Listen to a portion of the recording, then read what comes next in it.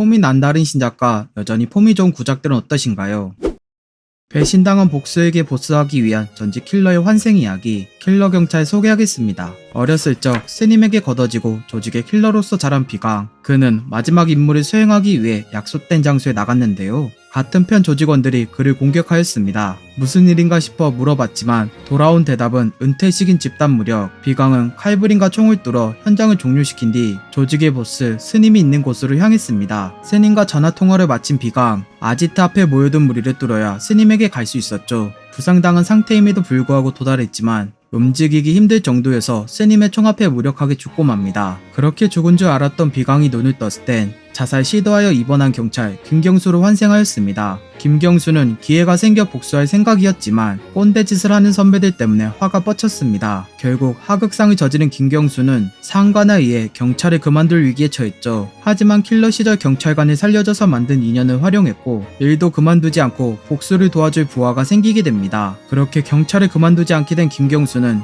킬러 시절에 쓰던 가면을 쓰고서 스님을 만나 선전포고를 날렸습니다. 과연 김경수는 복수에 성공할 수 있을까요? 자극적인 꿀잼 그 자체인 작품입니다. 익숙하고 자극적인 소재를 활용하여 근본적인 재미를 한층 이끌어냈습니다. 또한 작화와 액션이 뒷받침되니까 시간 가는 줄 몰랐을 정도로 좋았습니다. 현실에서 헌터였던 내가 무림 세계 속 주인공이 된 이야기, 로고 인물임 소개하겠습니다. 돌아가신 아버지를 대신하여 7년 동안 생계를 책임졌던 F랭크 헌터 진태경. 진태경은 다니던 직장이 잘려 큰 위기에 봉착하였습니다. 당장 돈이 필요했으나 나올 곳이 없던 진태경은 낡은 가상 캡슐을 주워왔으나 아무런 가치가 없다는 답변을 들었습니다. 이후 친하게 지내는 형과 술을 마시고서 같은 방에서 자려고 했는데요. 형의 코골이가 너무 심한 나머지 진태경은 캡슐 안에서 잠에 빠집니다. 진태경이 잠든 사이 캡슐이 그의 의사와 관계없이 플레이어로 등록하고 무림 세계로 보냅니다. 잠에서 깬 진태경은 갑작스러운 상황 변화와 허공에 나타난 메시지로 인해 깜짝 놀랍니다. 잠깐의 시간 동안 상황 파악을 한 진태경은 시스템이 준 튜토리얼을 수행하며 눈앞의 여인에게서 정보를 얻어냅니다. 그러다 원래 세계 문제 때문에 돌아가려고 로그아웃을 외쳤지만 돌아갈 수 없었습니다.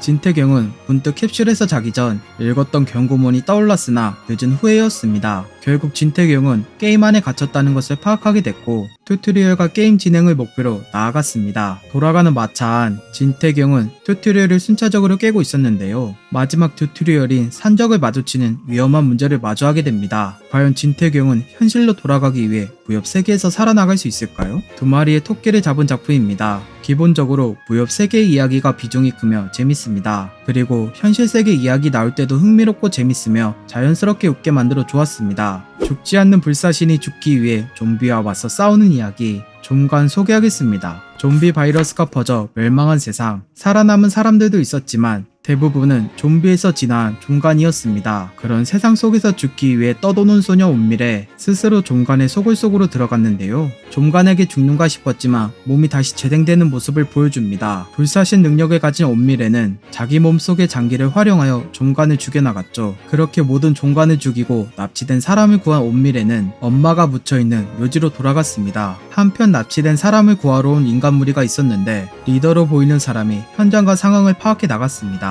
종간에게 대항하기 위해 온미래가 필요하다고 판단한 리더, 그래서 그의 실력이 진짜인지 확인하기 위해 싸우기 시작했죠. 인간을 넘어선 그의 능력에 만족스러웠던 리더는 부대에 편입하기 위해 한 가지 약속합니다. 불사신 능력을 없애 죽게 만들겠다고 말이죠. 그렇게 일망의 가능성을 봐서 부대에 들어간 온미래는 다른 동료와 임무를 수행하러 가게 됩니다. 거기서 나타난 모든 종간을 죽이던 중 배려하지 않는 태도에 동료와 싸우게 되는데 과연 온미래는 그의 소원대로 죽을 수 있을까요? 신박하고 재밌는 좀비물 작품입니다. 보통 살기 위해 진행되는 작품이 대다수인데 반대로 죽기 위해 진행되는 작품이라 신선했습니다. 그리고 넘사벽 먼치킨 능력의 주인공이라 답답하지 않고 재밌게 볼 수 있었습니다. 돈이 필요해 모든 공략을 외운 뉴비 스트리머의 각성 이야기, 뉴비가 너무 강함 소개하겠습니다. 보육원에서 자라 독립한 직장인 김재주, 보육원이 3년 뒤에 망한다는 얘기를 듣게 됩니다. 보탬이 되기 위해 많은 돈이 필요했는데 각성자 영상을 봤죠. 김재주는 그들을 부러워했는데요. 갑자기 탁 공략 영상을 받게 됩니다.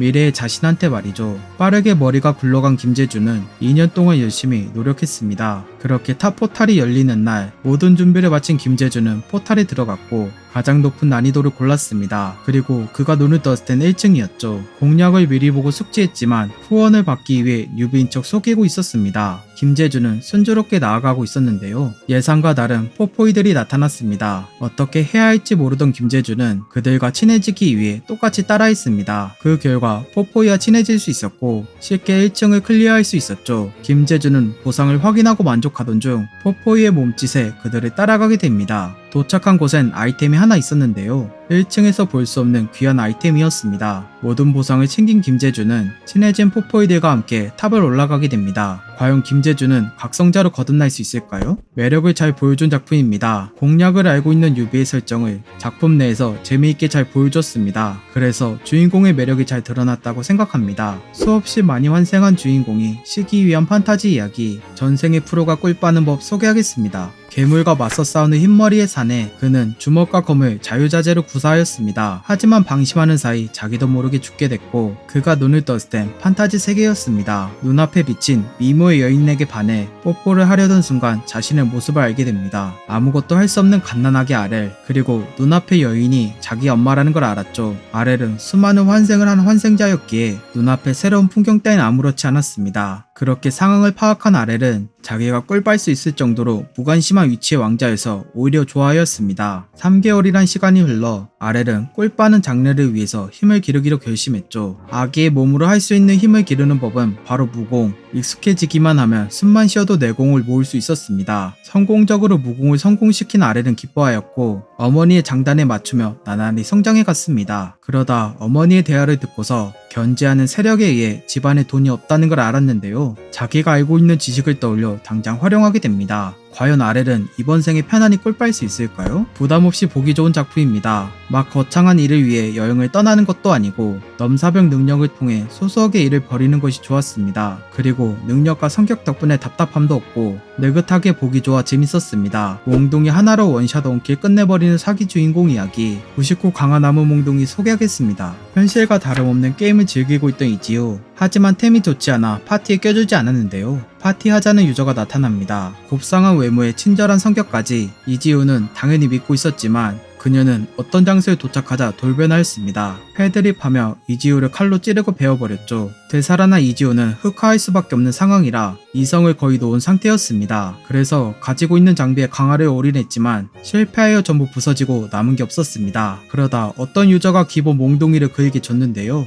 이지우는 장난삼아 강화하기 시작합니다. 그 장난의 끝은 99 강화의 아이템을 초래했죠. 신난 이지우가 실수로 몽둥이를 놓치자 대륙의 절반이 갈라지며 많은 유저가 죽게 됐습니다. 강한 힘을 얻었다는 걸 아는 이지우, 몽둥이의 내구도가 존재하여 위기에 빠졌는데요. 최종 보스를 잡는 선택을 하였습니다. 보스가 죽기 직전 내구도 문제를 해결해준다며 몽둥이에 기생하는 에고 소드로 변했죠. 전부 잘 풀린 줄 알았지만 현상금에 걸린 이지우, 300만 명의 길드 연합이 그를 상대했지만 몽둥이 앞에서 모두가 평등하였습니다. 그리고 이지우를 죽인 유저가 다시 나타났습니다. 과연 이지우는 사기 몽둥이로 어떤 모습을 보여줄까요? 세로를 잘 쓰는 재밌는 작품입니다. 웹툰의 특성이 작품 내 잘 드러났으며 작화, 매력적인 캐릭터 액션 사이다 등 부족한 게 없고 생각 없이 보기 좋았습니다. 오늘은 여기까지. 도움이 되셨다면 구독과 좋아요 눌러주시면 감사하겠습니다. 맛빠.